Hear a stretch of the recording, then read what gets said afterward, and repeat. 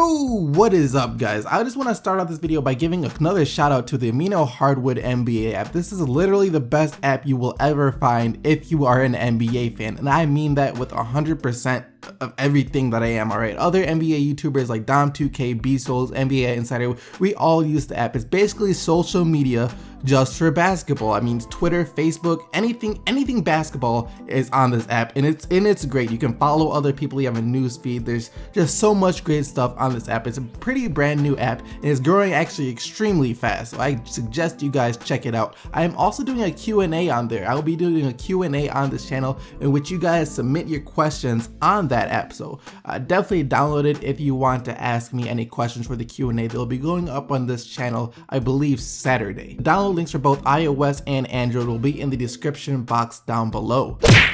The trade deadline is drawing closer and closer. Okay, look, no one cares about this stupid pointless intro. I mean, you all know what the video is based on. You read the title, I'm sure. That's why you clicked on the video, because you want to know. All right, so basically here we go. Here are some of the best NBA players that need to be traded right now. Jimmy Butler is the top 10 player in the NBA, and depending on who you ask, also an NBA superstar. This is a guy that can do it all on the court. On the year so far, he's averaging just a hair under 25 points per game, 5 assists per game, and almost 7 rebounds per game as well. Offensively and defensively, he gives it his all every single night for the Chicago Bulls. And right now, as it stands, during the making of this video, the Chicago Bulls are in the 8th seed in the Eastern Conference. But not by much at all. A couple losses here or there, and bang, 11th seed. Now, the only reason they're in the 8th seed at all is because of Jimmy Butler. The man has had this Bulls team on his back the entire season so far, and that's the problem.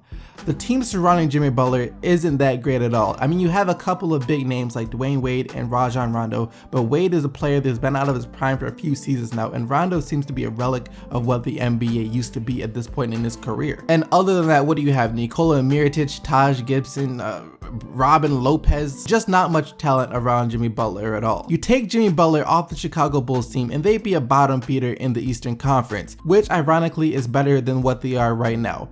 The worst thing you could ever be in the NBA is a consistently mediocre team. The Philadelphia 76ers realized this a long time ago, and that's why they started the process. A consistently mediocre team, a team that is a threat to scrape into the playoffs or may just miss the playoffs by a hair. You know, not good enough to contend, but also not bad enough to land a high lottery pick. This type of mediocrity will keep you out of true contention longer than simply pulling the trigger on a complete rebuild. And a completely mediocre team is what the Chicago Bulls are with Jimmy Butler, and to be honest, saying that they're mediocre might be a little too generous. And this is by no fault of Jimmy Butler at all. Now, it is his fault that they're mediocre, but that's because the Bulls haven't put any talent around him to make them more than mediocre, and I think it's a bit too late to do that now. He's 27 years old. These are the best years of his career, and it's kind of too late to start building around Jimmy Butler. So trading Jimmy Butler for draft picks and young players is a solution to their problem. Even if it sucks to give up such a talent, it's kind of what you have to do. This is kind of the opposite situation of Chicago. Well, it is and then it isn't at the same time. The reason I say it's the opposite of Chicago though is because Carmelo Anthony really wants to stay in New York. He wants to win a championship in New York. Now, I admire his loyalty to the city. I really do. But there's an old saying that's been passed around for generations and generations.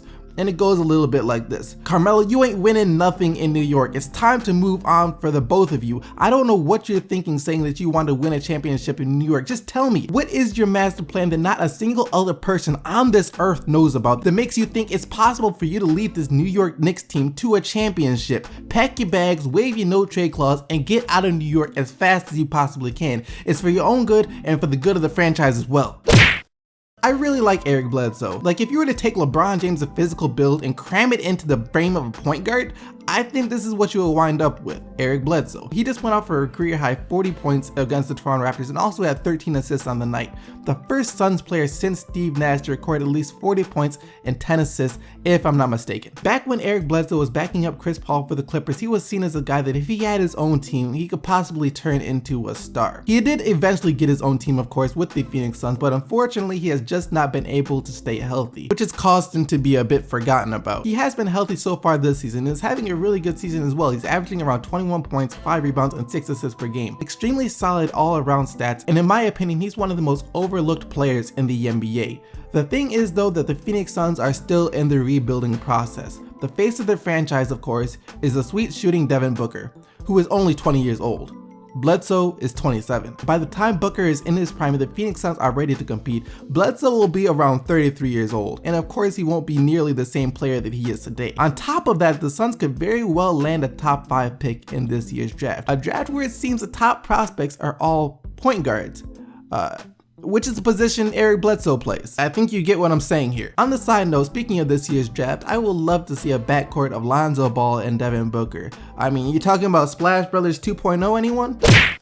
This is basically a combo deal, not because the players will be traded to the same team or anything, although I could see the Orlando Magic trying to trade for both players because, you know, the Orlando Magic are one of the most poorly run organizations in the NBA. But like I was saying, it's a combo deal not because both the players will wind up on the same team, but because both the players gotta go. Much like the Phoenix Suns and Eric Bledsoe, these players are simply too old for the organization at this point. Look, the Miami Heat are just about to start the rebuilding process. They whipped on all their big free agent signings last year, and now it's time for them to start the rebuilding process. Goran Dragic is 30 years old and Whiteside is 27. It would make absolutely zero sense for the Heat to hold on to both these players and let their trade value depreciate while they can trade them now for either young players or more draft picks. And that's it. Those are the best NBA players that I feel need to be traded this draft. I know you could say Boogie Cousins, you could say any players like, you know, free AD, free John Wall, stuff like that, but those aren't as realistic for the franchises and the players. Those franchises aren't quite ready to give up on those players, especially Boogie Cousins, who has expressed loyalty to the Sacramento Kings. Let me know what you guys think about this down in the comment section below. Do you guys think these players should be traded, and where do you see them being traded to if they are traded? Hope you guys enjoyed the video. Leave a like on the video if you did enjoy it, and don't forget to subscribe for more daily NBA videos. And you guys already know that I'll be right back here tomorrow with some more NBA fire. So until then, keep getting the Bucks, Team SDC, and I'm out of here. Peace!